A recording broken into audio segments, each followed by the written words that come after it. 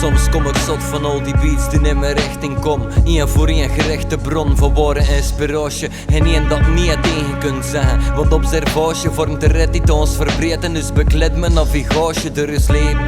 En ik zie soms die ene doet die kwasje. Alle dagen nieuwe beats blijft ontvangen. Mijn motivatie wordt gestart.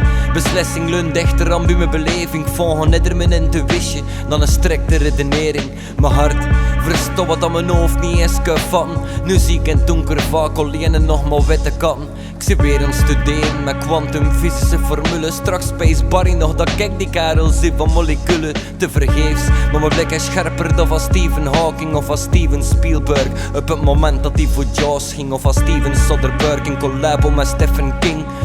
Maar anderszins zie ik soms blindelijke vink. Mijn vleugels gaan open, gelijk wat laat je nooit beroven. Dus een vriend zit het vaakst verschonen erin te geloven. Ook al dodelijk, zie ik hoffelijk en ik mijn stem voor ogen. Zo min mogelijk bespottelijk bij het kiezen van mijn woorden. Maar niet alles loopt en speelt en vlot of lijkt dat gepland was. Soms kom je op het punt dat opstropt en uit de hand loopt. Soms voel ik like dat niet kan opboksen en dat verstand stopt.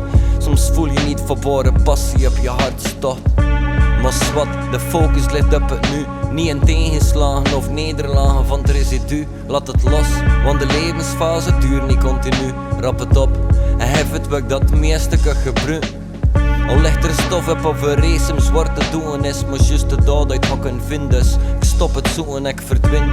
Te midden in het uiterste gebied. Vanuit het centrum voel ik de periferie die me omringt. Dus leven is een pelgrimstocht. Een hartstocht, al lijkt dat hij er ver gezocht. Een wachtpost, de pepieter met geen tekst meer op. Soms vloeit het lied van onze liefde in de verte nog.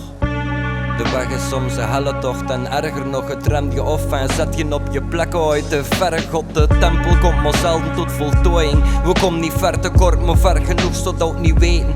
Sterrenstof, berg het op en laat het aan de wereld zien. Stek het niet achter slot en grendel en beperk jezelf niet. Je zegt free. Zo vriendelijk dat je me wilt, want daar zitten we gevangen. Maar het is hoe dat je domheid verschil maakt, het is wilskracht.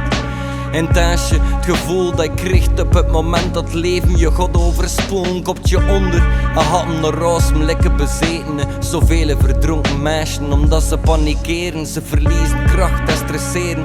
Manipuleren de omstandigheden en beland beneden een verzande ween.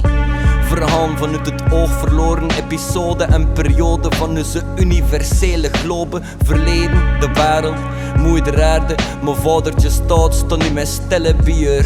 Waarde, de staat zest niet meer voor wat dat ooit gemaakt is. De staat is aan het wankelen en stond niet meer maar zakt in.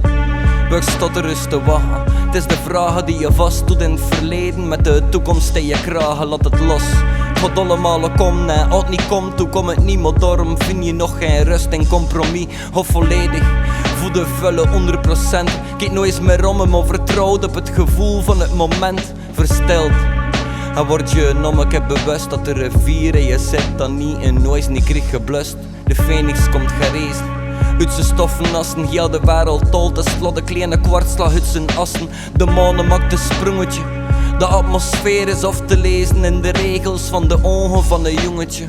Alles het diepen is verscholen, verstopt. Maar dat moet geen reden zijn dat je ooit met je reizen stopt.